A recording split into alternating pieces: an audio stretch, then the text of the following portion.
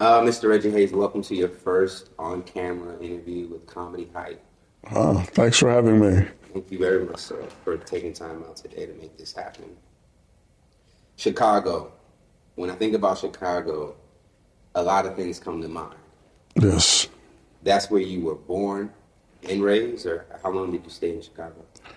Yeah, I was born and raised in and around Chicago back in '69. I'm getting up there now. But I moved here to Los Angeles in 1995. So it's coming up on 30 years now. So you went from Chicago right to LA? Yes, sir. Yeah. Okay. What made you want to take that leap at that time? I was in a play at the time called Hellcab, and it had been running, I think it still may be running in Chicago. It had been running for 2 years. They decided they wanted to try and move it out here and get some interest maybe, and get it done as a film, which they did. So I was working in a bank at the time and doing theater and improv at night. I got my boss to promise that she would rehire me when I came back. I was supposed to come back, but you come out here in November and everybody's got shorts on, having Thanksgiving picnics. Right. You're not going to go back to Chicago. Right. You know. Speaking of Chicago, the culture of pimp culture, gangster culture was really prevalent, and even just everyday, like the working class woman, the working class man. There's a lot of like grit that I felt that you had to have growing up in Chicago. How did you avoid certain like crowds? Well, it's difficult. I tell you, I was young when we moved to the suburbs when I was like 11. So I missed a lot of I left before people were, trying to enlist in gangs and stuff like that.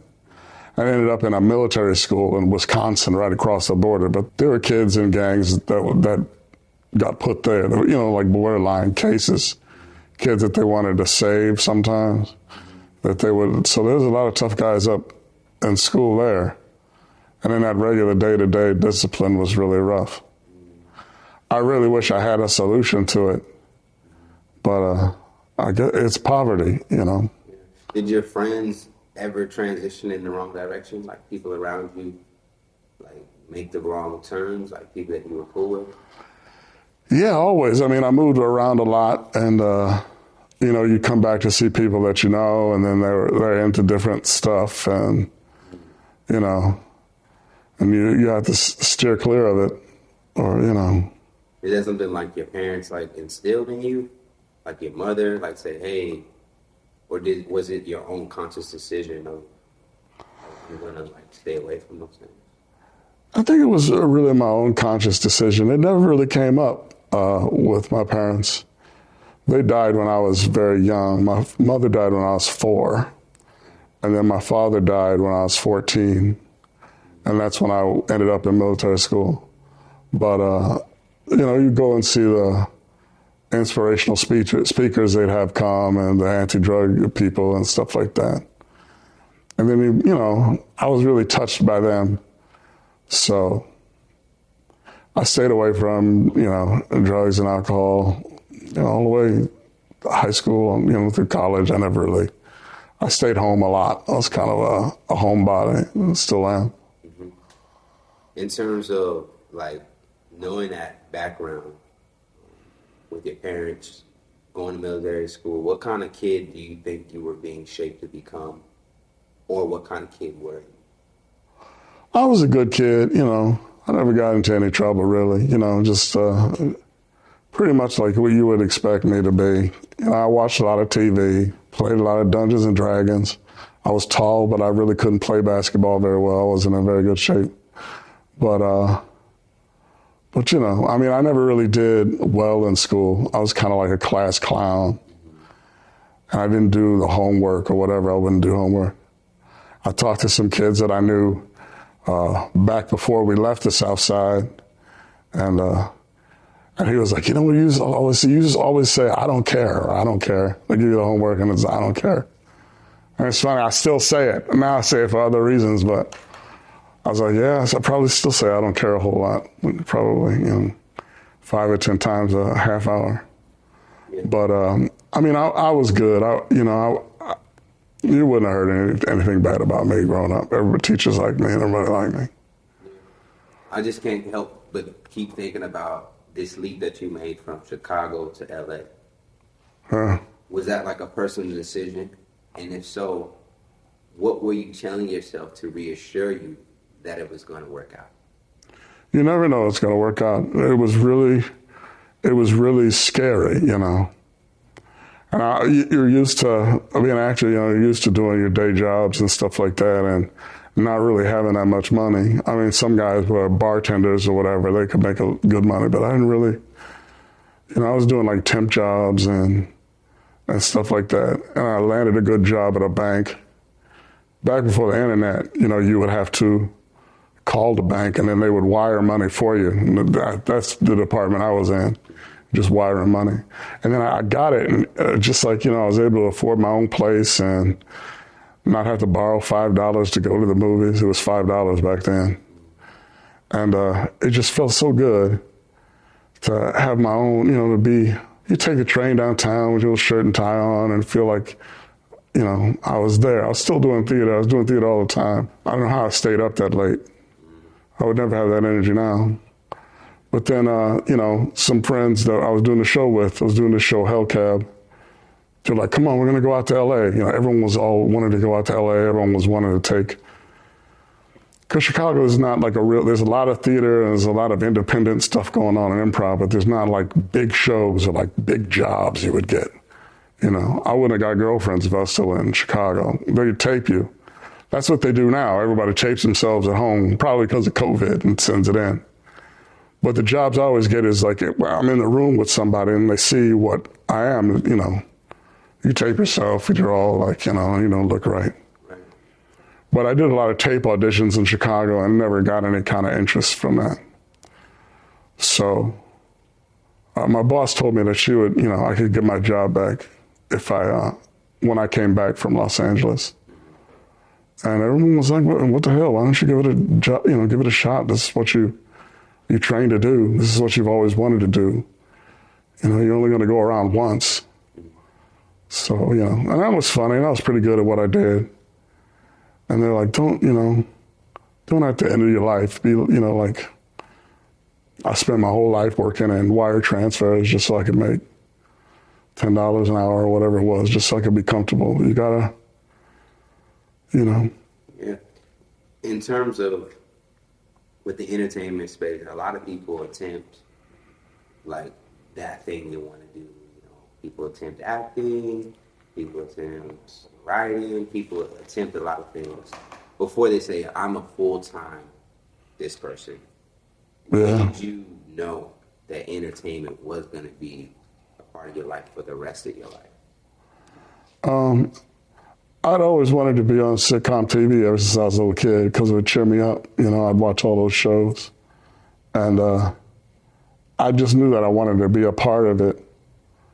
And then, the clowning and just doing all the Eddie Murphy stick from Saturday Night Live back in the day, which I got in a world of trouble for, too.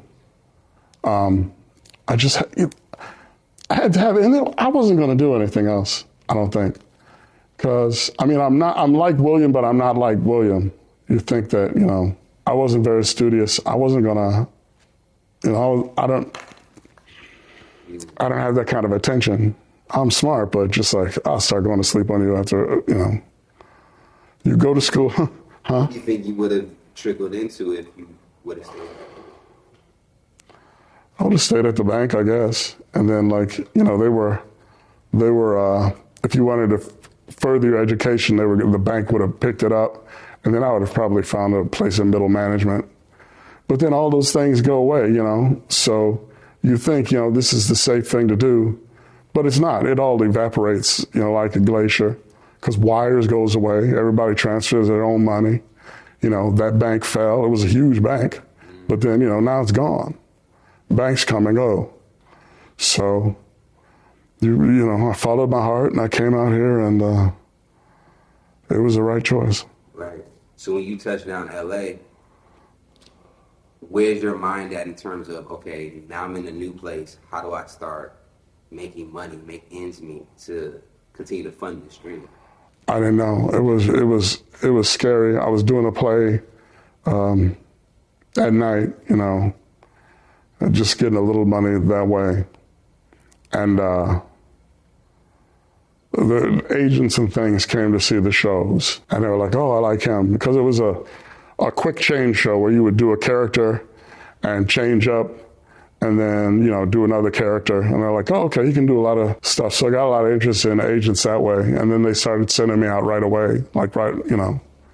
And then I got my first TV show like 4 months later. So it happened pretty quick. Thank God. I don't know what I would have done. In terms of acting, like, who's an actor or actors that you study, that you like really like pay attention to and watch their films, to say, I want to shape my craft like this person?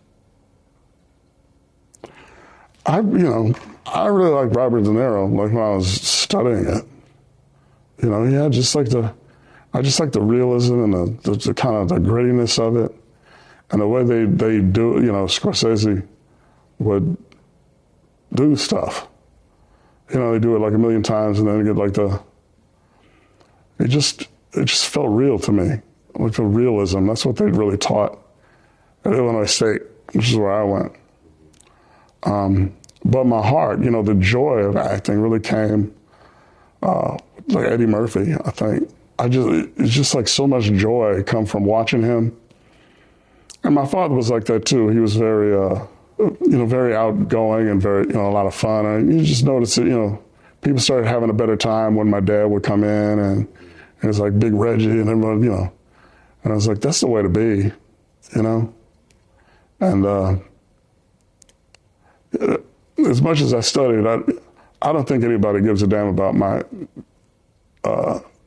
my dramatic chops, you know. I don't think.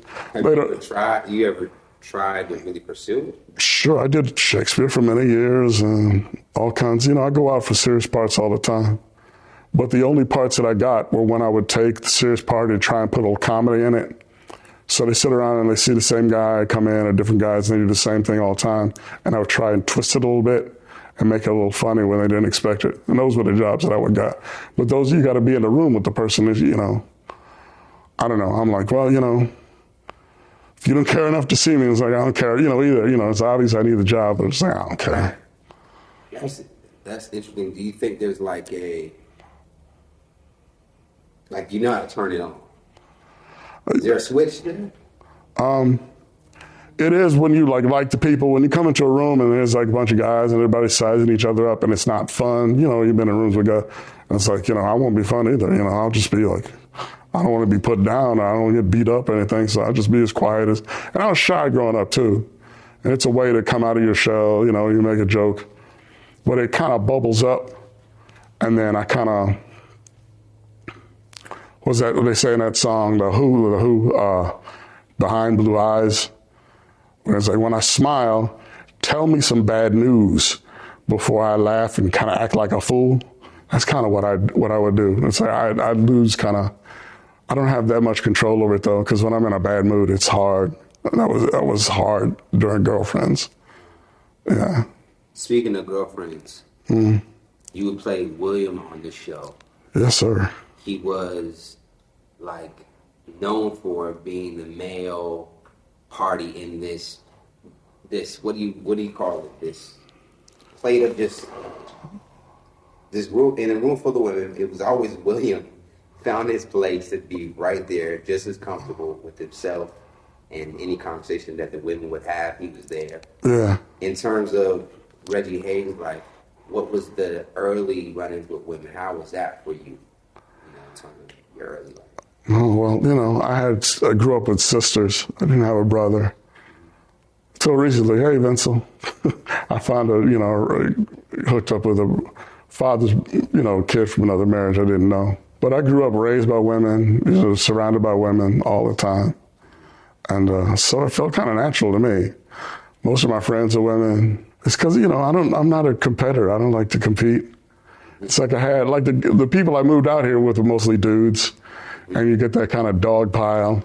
And everybody's pissing on each other's leg. And you're like, okay, this gets old when you start getting older. And then there's just like women are more like supportive, or more like nurturing. And I'm like, this is much better over here, you know. Smells good. Yeah, so that's what I do. Yeah. What else? What other things you think?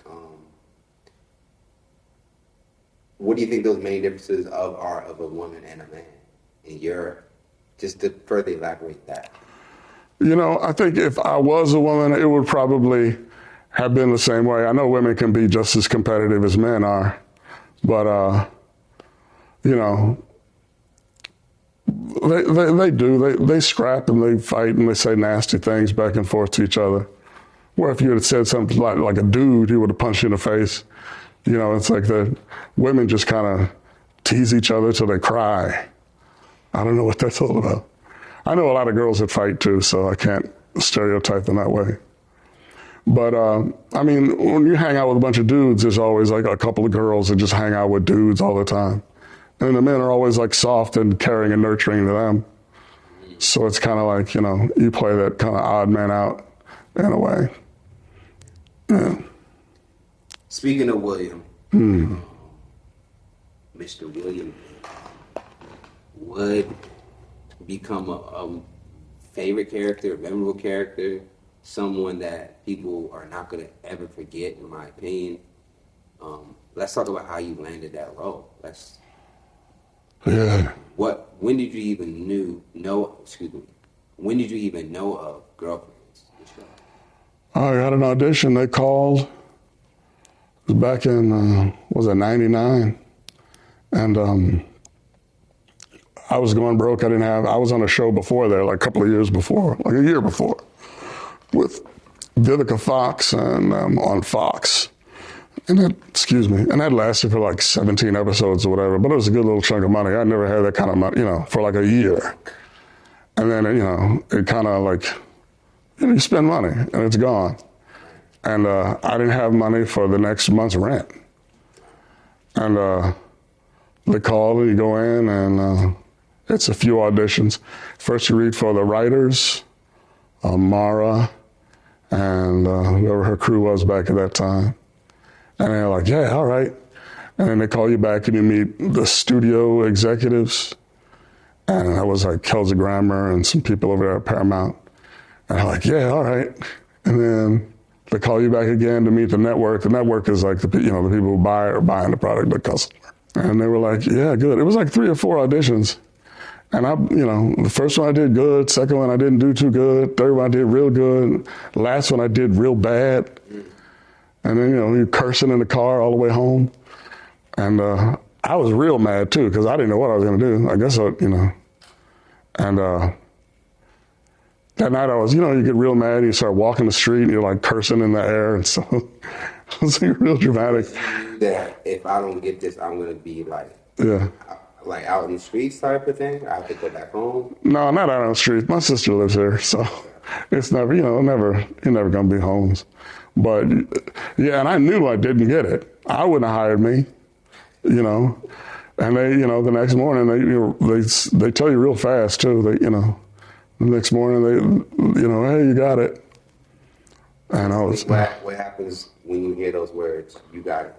A 180-degree turn and mood, just out of control, celebration, joy and happiness, and relief. And you said relief in terms of just the fight of finding a role, or just the fight to find a role, the vindication of people telling you ain't shit.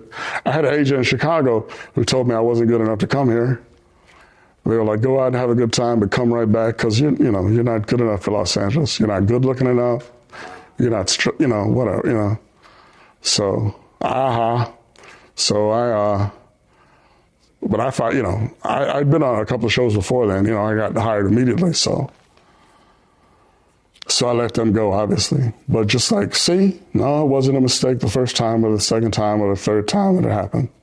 And you don't know. And then at the end of it, she was like, you know what? And we've never been wrong. After she, you know what I mean? I'm just like, all right. And then I had expected to come back too, but just things started to evolve when I got here. Mm-hmm. Thank God. With that character, when you first got an idea of the character, how did you interpret who William was as a person? He was me. I thought he was me. I was only going to play me because then I could be the most honest with the character and I'd be the most real and be, funny, just like tell a joke the way I would tell a joke or mess around and mess with somebody the way I would mess with somebody. Just that kind of stuff. And I would read it. It was just so perfect. The writing was really, really good and it just really good. They had some really smart writers on that show. And it was just, it was things that I would say. And I was just so thankful. And, but yeah, Mara said that she liked it because she liked me because she felt that it was me too. Or, what did you personally add to William? I don't know. They kept I think they wanted more of like a straight-laced guy, like a guy that wouldn't get into trouble. But William will get into trouble, or, if you leave him alone. But like, I think I made William a little naughtier than he would, than they were expecting him to be. Mischievous, naughty. Yeah, like, he's into lesbian sex and stuff. Like, it's just, there's a lot of stuff about William they don't know. I hope they come back, then we can really get into it. But, yeah, he was always trying to get them to have threesomes with him and whatnot. But I guess I'm a sexy guy, so William was going to be a sexy guy if it was with just me. To kind of further extend on this, William, and even who you are in real life, how did William affect your dating life? Did women perceive you a certain way? To be forward, William was a friend of a bunch of women. Yeah. Did people assume that there was homosexuality with William? Did they assume that with yourself intertwined in that as well? People ask me that a lot. It's like, was William gay? Or like, are you gay? I'm like, no, I don't know. Do I seem gay to you? I didn't think I was gay, but apparently some people. A natural assumption when you think about a man amongst the women. I don't think so, because the gay people I know don't want to have anything to do with women, and it's like they want to hang out with other dudes, But from my point of view, it's like I like women. I want to be around them. I want them all the time. Other men just get in the way. You think you're going to get a woman, and then your best friend tells you, you're not good enough for that woman, or he wants that woman, or you end up fighting with him for some woman. And I'm just like, when for a while there, when government, I just thought that other men just got in the way. So. Yeah. How did people misjudge you in terms of like real life? Like when it was like, hey, I'm Reggie, nice to meet you, and she recognized you from the show. How did that like affect like your approach or dealing with women? I guess it depended on what. Did you have groupies? Groupies? No, well, that was before the internet, man. So you wouldn't, we got letters and stuff, but they wouldn't give them to us. Oh, man. They would send letters to the studio, especially since we were the black show. They probably threw our mail right in the trash, and. Right. But yeah, now it's like, but people are like, obviously I knew people liked the show, but I didn't. To see beautiful women, I can only imagine that love the show and that are seeing you every week. You probably had a lot of fans outside of social media here. Yeah, it was good when I was in trouble. Like, oh, I'm lost or the line is too long. I would like find a black woman and make eye contact with her. I'm like, I don't know what the hell. And they would run over and whatever. You gotta dive into it and peel it back at the same time. Yeah, one time I didn't know where I parked my car at the airport, and, they're watching you. So it's like they came out with a little cart. They're like, are you lost? And I'm like, yeah, I don't know where. And drive you around. Or you go to the emergency room, they take you, and everyone's grumbling. But, I noticed groupies in that way. I'm a shy dude, I'm basically going to go to work and then go home and watch TV in bed until I go to sleep and go to work the next day. Yeah. So are interviews like some things that you typically like have a battle with of like doing more? Because being shy means you may not want to be fully exposed or put out there. I like the interviews because they're about you, or people are showing interest in you. And I'm shy, and then normally people, they don't really get me or whatever. So usually there's not that much attention unless I'm acting out. I get a couple of drinks in you, and then you're like, who's that dude? But I liked interviews. There wasn't a whole lot for me when the show was on the air. There wasn't a whole lot. Like now you'll see, and the show is about women, so that's what they're gonna do. Because with William, I feel like William was like, I don't want to say the word underrated. Yeah, he was definitely like the other cast member. Yeah, there was like 5 of us. It was an ensemble, but I was not a part of it. Making that decision to kind of pick and choose when to put you together. I think the network did, but that was the kind of, and it worked that way.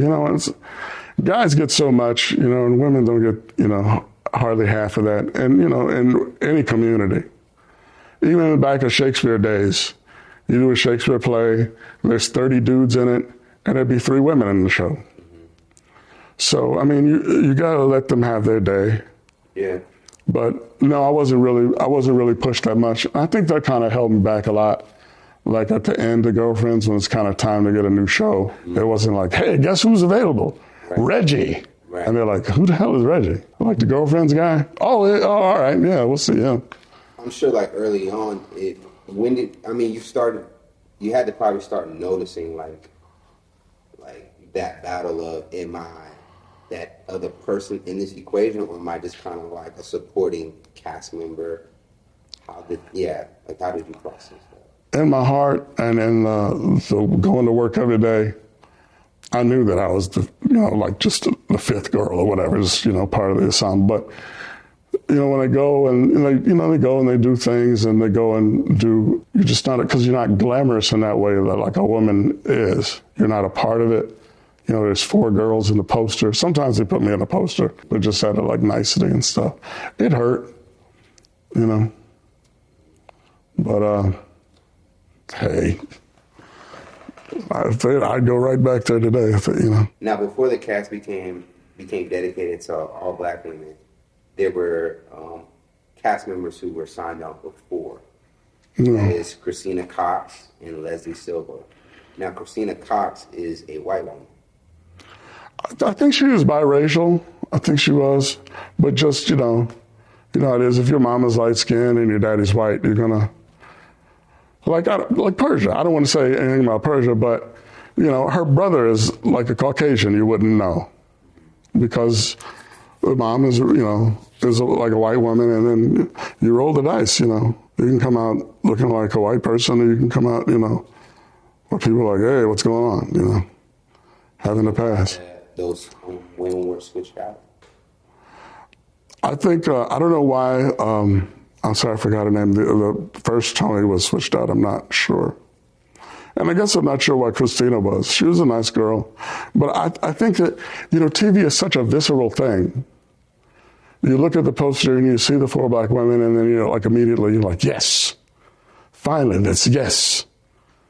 Even if, you have to explain or go like, well, I'm really, my father's white. And it's like, they're like, okay. And then, you watch a show, but it's not visceral. I think it was probably a lot more of a compromise.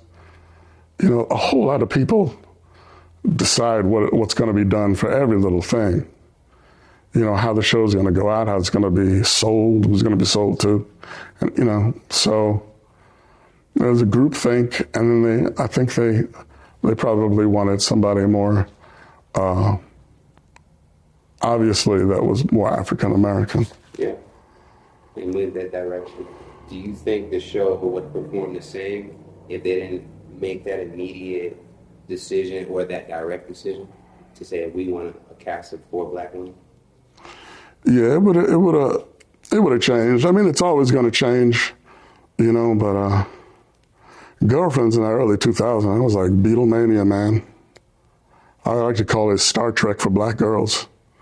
they were just really into it, And they had it was just like a really great cast that they found. Now, in terms of our cast, we had Tracy Ellis Ross, Ruby Jones, Golden Brooks, Persia White. Jill Marie would ultimately become a favorite on the cast. A lot of people. Women, I think. Why do you think people like Tony Childs? When you look at a show and you from my experience, you like the characters, you project onto them, or who you think that you are, or who you want to be, I think. The characters that are familiar to you. And I think just Tony rang true with so many black women, so many young women. She was out there doing her thing, trying to meet a man with some money, but at the same time, she had her own career she was working on. And just so beautiful, they were all gorgeous. But Tony had a lot of the most elements that came together. Even with me, obviously I don't ring true with most black guys. They go like, yeah, that's just like me. That doesn't really happen. But a lot of guys I did ring true with. And then a lot of guys that I didn't ring true with really appreciated me, Or, so I don't know anybody like you, but my mother's in love with you, stuff like that. Got you. So, Jill Marie, she would ultimately leave the show after season 6. I seen her talk about it before, and it seemed like she seemed emotional about it, that decision. How did you react to knowing that she was stepping away from the show? It was really sad, It was going to be the last year of the show. She left at season 6. But it just pulled it apart, You knew your friends, and like I say, I'm usually friends with whoever I'm working with, and then she's gone. And Keisha was great. Keisha played my wife and stuff. But I loved Jill. I used to call her Jilly Bean. She was my little girlfriend. And I remember Jill Scott was on the show, and Jill came in. She's like, "No, you're not calling her Jilly Bean, are you?" And I'm like, "No, that would be ugly." But it was really heartbreaking. It was like, a death, like a slow death. I remember when my parents died, or my mother died of cancer. It's like you're slowly watching the show get pulled apart. And the director, the guy that directed most of the episodes, he got, they bring in different directors all the time, but he directed most of them. And then he was gone. And then writers would go. And then it's just like you're just churning, your stomach is churning. You can't speak on it, you just have to. No, man, I was just happy to be. Obviously I was important to the show, but I'm not going to go in and demand anything. I can't, no one's going to listen to me. What were your immediate thoughts? Because now, from what I'm hearing, you're seeing your show slowly starting to fall apart. And you're just showing up at set every day, every week? 9 to 5. So how do you process that? How do you come in, deliver what you need to deliver? Or were you affected by it? I think I was affected by it. Like a war. They would talk about how, you would go out with so many planes, and then you'd come back, and then only certain planes, and then the dude's bunk would be empty that night, and you see them cleaning up their stuff, and they get replaced by somebody who you love a lot, but it's just hard. I got a lot of issues with, my folks dying early, so. It's just like abandonment and just like being left. It was hard on me. I don't like to change very much. I like to keep things. That's why I don't go out a whole lot. Right. I guess that's why I didn't get into a whole lot of trouble when, in Chicago, I got into a lot of trouble, but nobody cared. Not trouble, but, But I'm alone in Los Angeles. I just stayed home. But I don't like change. I don't like it when, because Jill, she would come over to my sister's house for Thanksgiving dinner and stuff, and we were friends. But like a play or anything else, it's like you're with some people and you're real close with them every day, and then, the show ends, and you don't know what to do with yourself. All your friends are gone. Where were you when you found out the show was not coming back? Man, to tell you the truth, I don't even know. I think it was Christmas time. But there was a strike going on, a writer's strike. So they shut down the whole town. And I guess it's really expensive to like shut down a big show like that and then start it back up. And I guess they didn't want to spend the money because it was going to be the last year, that last year.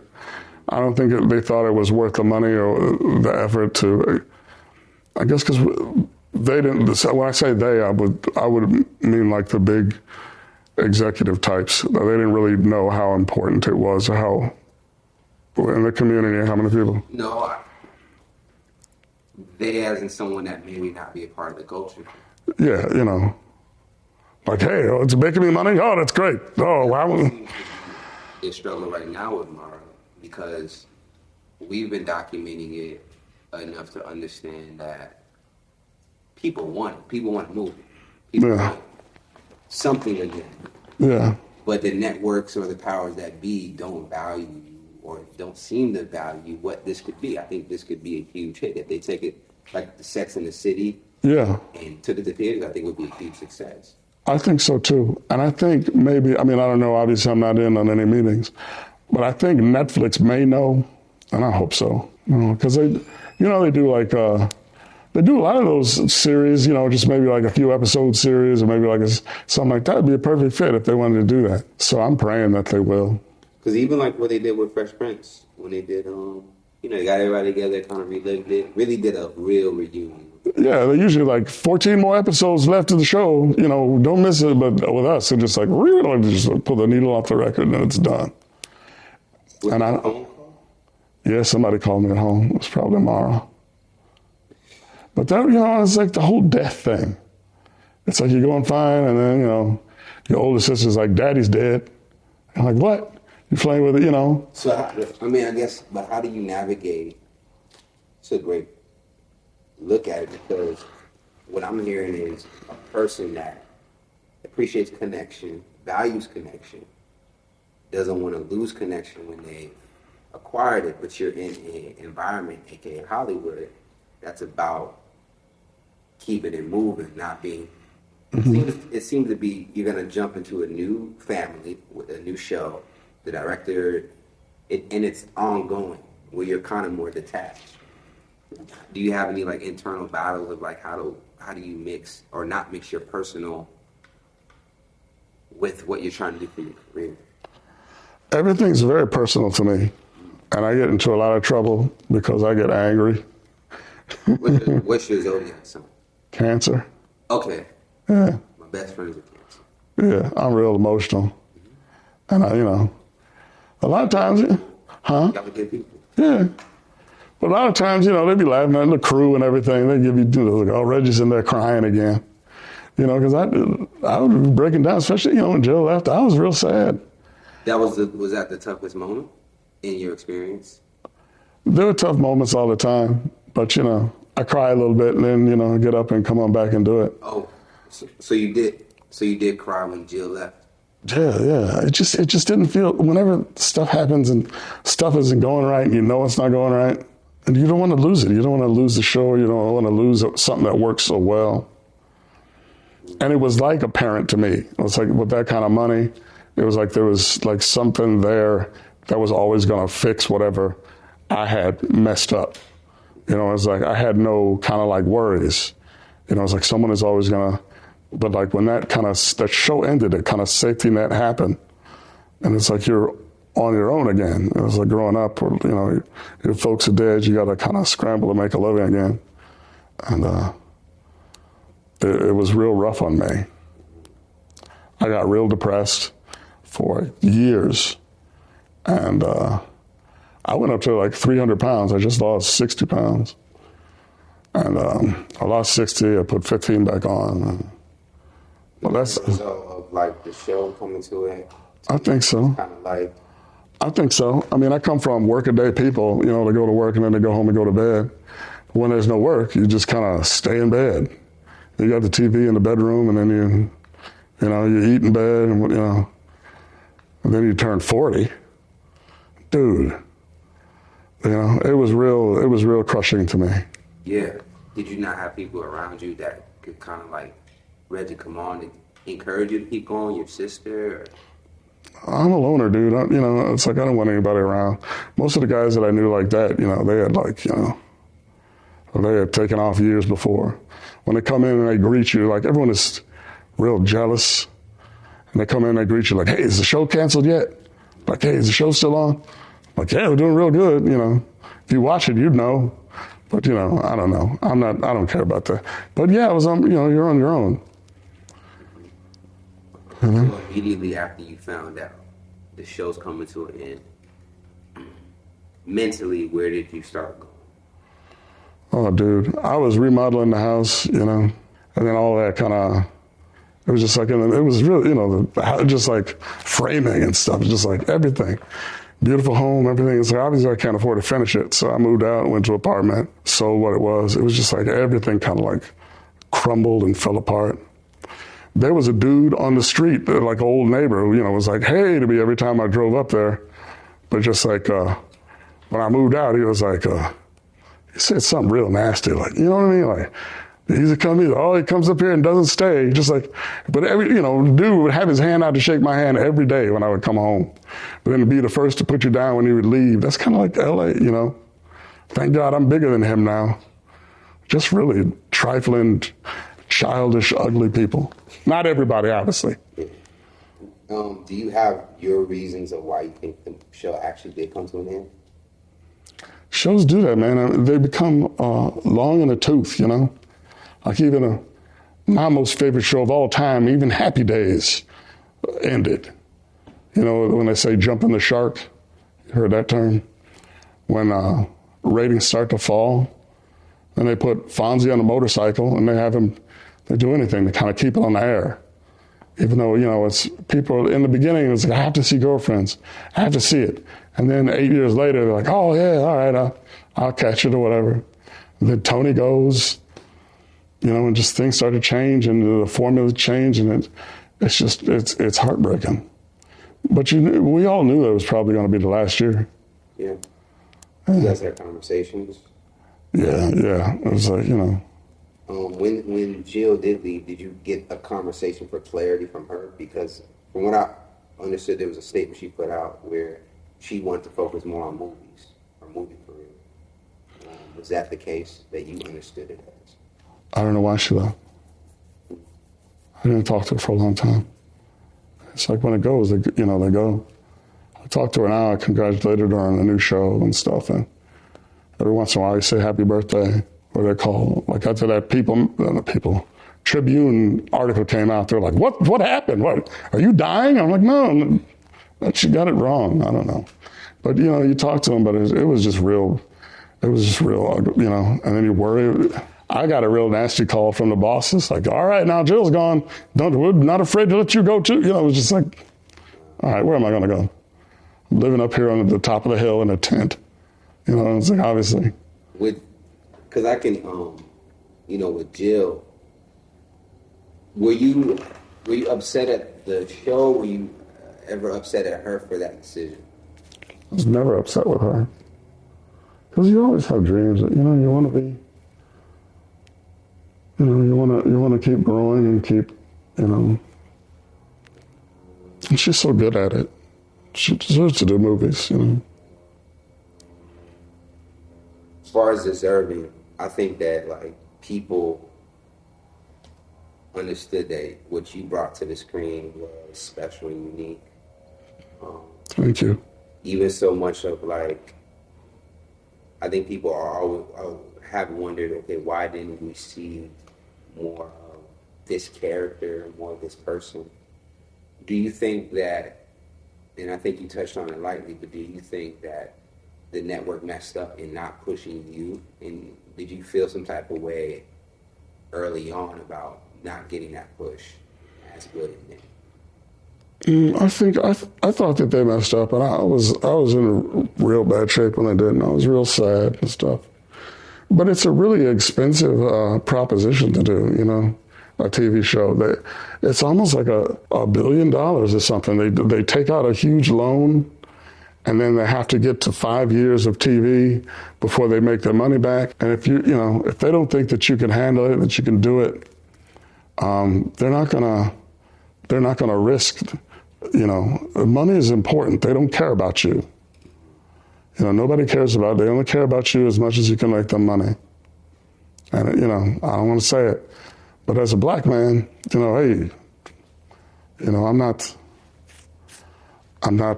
all American, but they don't care. You're making money, they care. They like me for a while, The show gets old in the tooth, I get old in the tooth. They're like, yeah, well, we've seen him, we want to do something else. Or some other people call you into audition, and they're like, okay, thanks, but there's 50 dudes out there that you know. And that, what their names are auditioning against you. And they're like, oh, we want this guy. Yeah. Was it accurate when we heard that William was supposed to get his own spinoff? Yeah, I thought it was accurate. No one had said anything because they can't say anything. But they wink at you a lot, especially in the beginning. When you're fresh and they really like you. And then you just feel it in the air, and then it just didn't. It was like a bird that just doesn't take off. I needed more of a, In terms of, you mentioned earlier, like, I can't help but notice, I feel like the show, it gave you life, but it seemed to also impact you. Yeah, it was, at the time, it was a third of my life was on that show. I grew up a lot. I learned to think differently about everything, and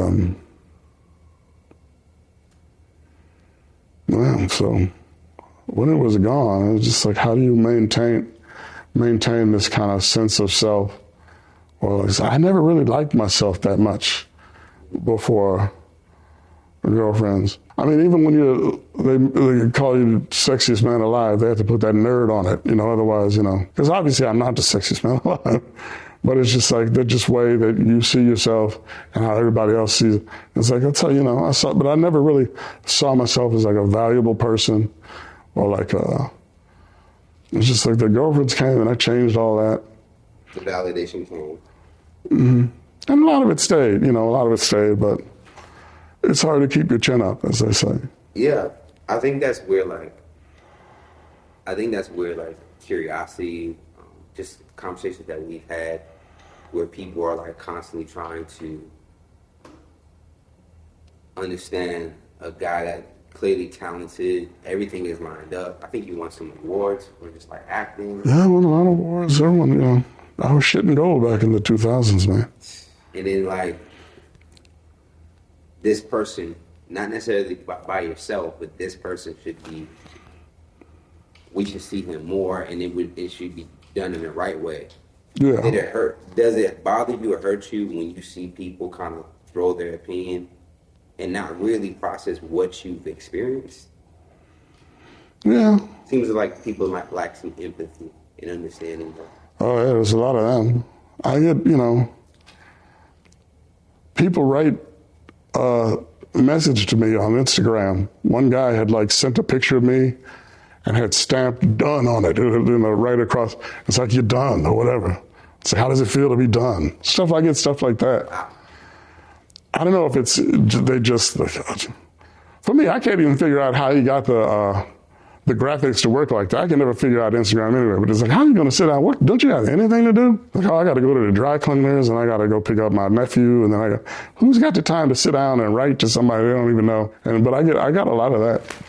And when the news came out that I was like heavy, people like really came out and put me down for like 2 days. And then... Did you respond to that on social media? I tried to a little bit. What do you mean you tried to? Like, it just didn't go?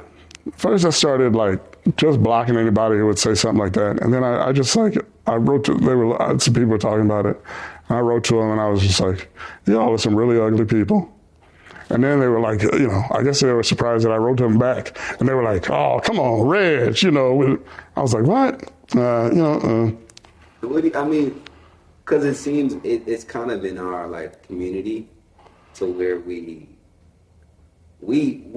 I think we love each other, but we say some very mean things and we do some very mean things. Yeah. Because I am aware. It was a picture of you on a bed. That was when everyone was like, what was going on in that bed though? Shit, you'd have seen the pictures that we didn't put up. I was in this hotel room. I was like, hey, let's take some whack ass. I mess around, So you purposely was being funny. I thought it was funny. Yeah. But they don't know you, so they're thinking this is what he's sending out to potential love interest. I just put it up. I thought it was funny, so I took it down. I was like, all right. But yeah, you should have seen the pictures we didn't put up. But yeah. But ideally, like, how do you just navigate with the criticism, with negative comments? Where you at now with that? If you say something negative to me on Instagram, I'm going to block you and feel bad about it, and then I'll forget in 2 days. But it just keeps coming. It's like most people are overwhelmingly positive. You get like 100 people like you, and then 6 people have something nasty to say. So, and it hurts. Everything hurts. I get, like, after all those years, with all the you watch a show, you enjoy the show. That's what your first instinct is to call me and tell me how bad I look. Or, I'm like, fuck you and fuck anybody like you too. So. What are your current routine to, I guess, make some strides in the right direction just for your own personal self? Well, I've lost a lot of weight. I've lost like 60 pounds. I got a job down there in Atlanta. The food is so good. I was sitting up in a hotel room, and then we got like COVID quarantine. So I was in a room for like 2 weeks just eating, and I put 15 on. But I'm just, I got my calorie counter on the phone, put the calories in there, everything I eat every day, and I'm walking and stuff. I got a weak heart, so it's kind of hard to work out. Yeah.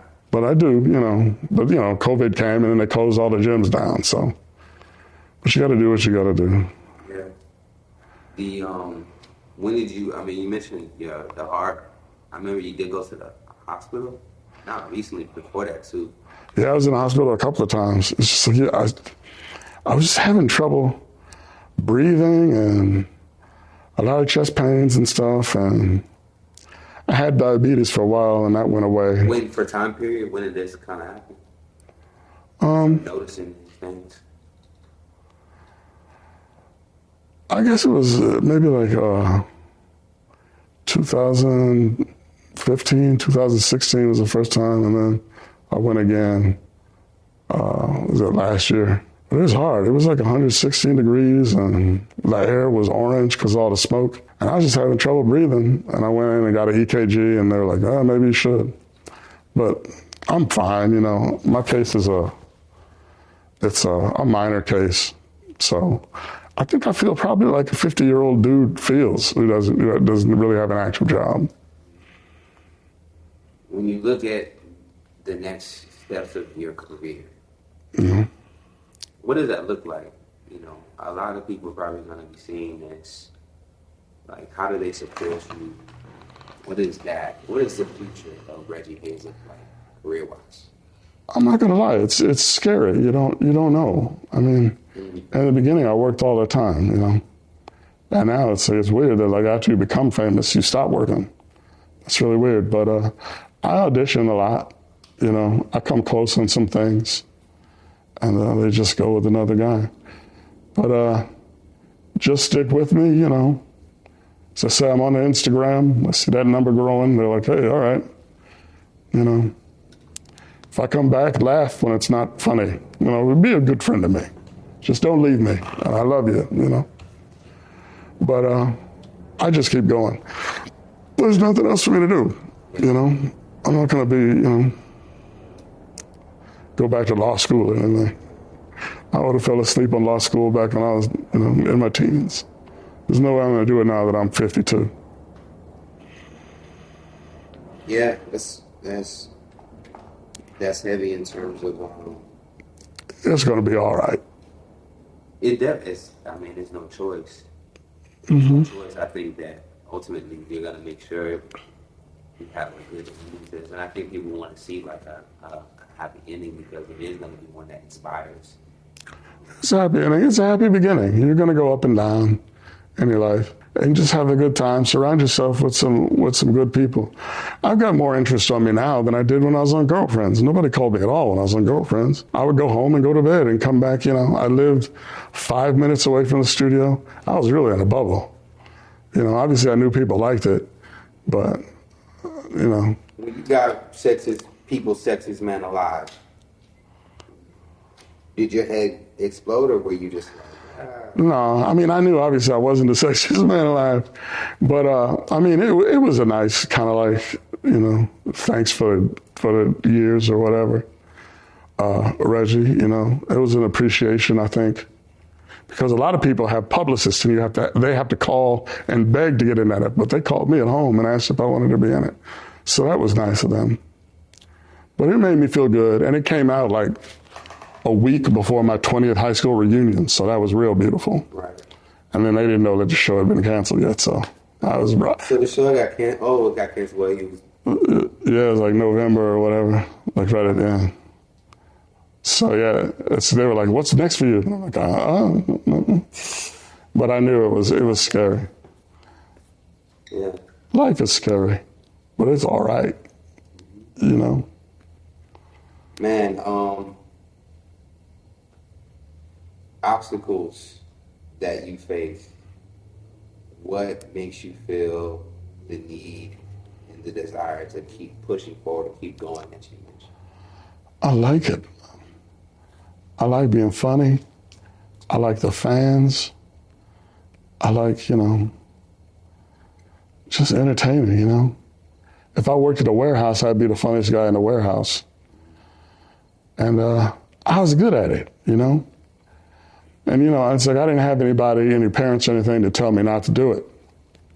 But now it's like people are like, they're worried about you and they want, like, hey, maybe you want to call it quits, maybe try and do something. I don't want to do anything else. I can't do anything else. I'm not as smart as William is. You think that I'm smarter than I am. But everyone's got, I can do certain things. But I'm not going to be operating on anybody's brain. Any self-independent like projects you're thinking about, or like passions that you want to see happen? I'm writing with some really good people, but I don't know what to do with it. You get like you get the treatment, and you get like, I don't really know what to do with now. Do you just call people up? I don't know who to call, or you get to the point where you don't want to bother people at home that you know. It's like, I don't want to bother him. He's got people calling him, asking him for stuff all day long. So even though I know people, it's like, I don't want to call. But I'm going to call with this one. I got a really good idea with this one. So, and you come up with stuff all the time. Yeah. I have a curiosity question. Yeah. Dating, was it true that you and Persia dated? Yeah, for like 15 minutes. We were so excited. Man, just like that first episode, and we were like, yay! And then we just, liked each other. She looked like Lisa Bonet to me. You remember Lisa Bonet from Cosby back in the, and I was just so in love with her. I was in love with Persia. Fuck it. I don't care who knows. But, I don't know, it just doesn't, So whatever. it lasted it was like, what, the first season? It was like... It wasn't even that long. It was just like a few weeks. Okay. And then you go and you do whatever.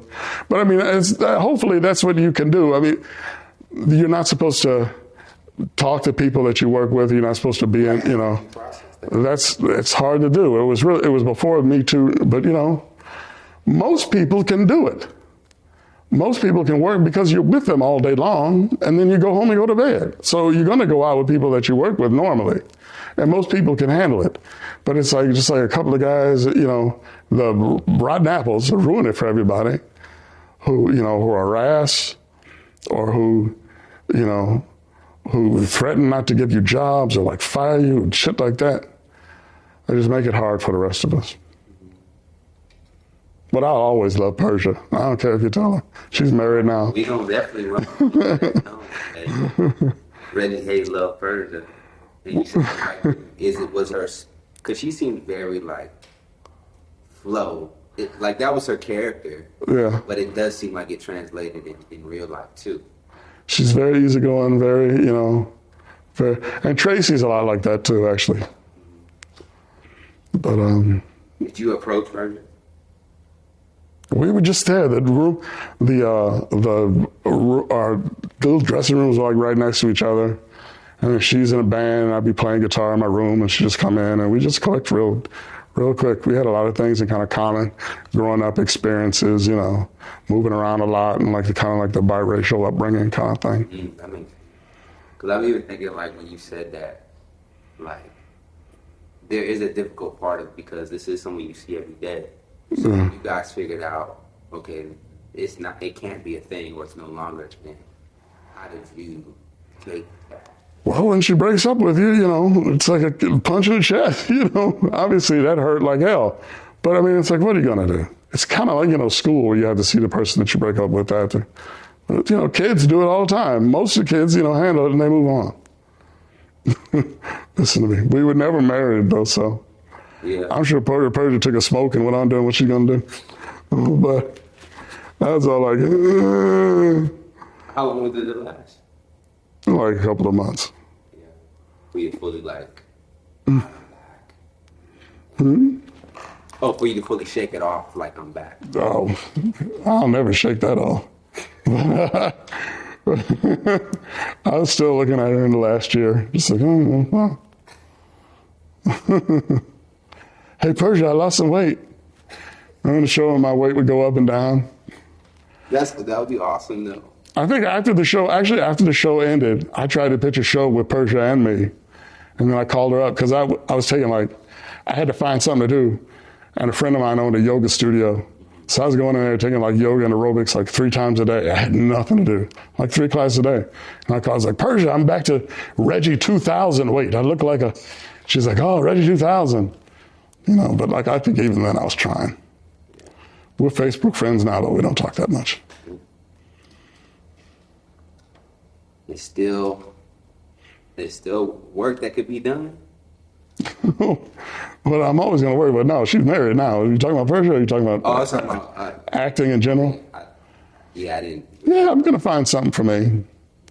Most of the stuff I go out for is just lawyers and judges and doctors and stuff. But there's nothing really like me where you would get Martin Lawrence where he would have a show where he's himself. I was myself on Girlfriends, but there's no one kind of trying to push that now. Unless I push it. And then maybe someone will understand. So. To close this out, because once again, I appreciate your time. I appreciate you too. Thank you for giving me another chance. Yes, no problem. Again, there's a lot of people going to watch this. In your heart, what is a message that you want people to really take in? It's a cliche, but you really got to hold on to your dreams because only really you know what you're going to do. Life goes by so fast. I don't say my life is over, but I'm going to be 60 in 8 years. And you're going to go and do some job that, your folks want you to do that you're not into for 40 years, 20, 40 years, and then that's it. So you really got to do something that gives you joy, or chances are you're not going to be good at it, and then it's going to go away anyway, and you could fail anyway. So you might as well fail doing something that you really, really love and good at. And that's what I did. And, everyone thought I was going to fail my whole life, honestly. I got failure notices and F grades with everything. So I went to military school. A little plug for them. St. John's Northwestern, bring the kids' grades up. But they were scared to death about what I was going to do. So, and then you follow your heart, and then you're all right. Mr. Reggie Hayes. Thanks, man. Thank you very much for your first one on Comedy Hype. Thank you. I do have, this is my last question. Okay. When you think of the word unforgotten, what does that mean to you? I guess that's the way I'm feeling now, or kind of how I felt once social media really started to charge up, it just really felt good that people, remembered, A lot of them love me, and they still really know what my name is. They call me William, and that's all right, And then Netflix came, and that was really, man, you can't say anything bad about Netflix to me until they say no to my show, which I'm going to pitch to them. But it feels good to be forgiven because, in this life, I just have 2 sisters. I don't really have much family. I don't really follow I don't have too many friends and stuff. So it feels good to not be forgotten by the people. So Unforgotten. It means love to me, man. Love. And it could have been real easy for me to be on another show, just as like the black guy, that nobody cared about. There's a lot of guys that go from show to show to show like that. Yeah. And, but it's like I got, what do they call it? Like, you got ghetto love. That's what they called it back in the day. Really, people care about you and they know you. I mean, I know it's a cliche, not everybody knows, but it's different than just like, I wish I could have gone to show to show to show. And maybe I will. Yeah. Oh, okay. That was it. Mr. Reggie Hayes, thank you for your first one-on-one comedy hype. Thank you, Comedy Hype. Right on. For sure.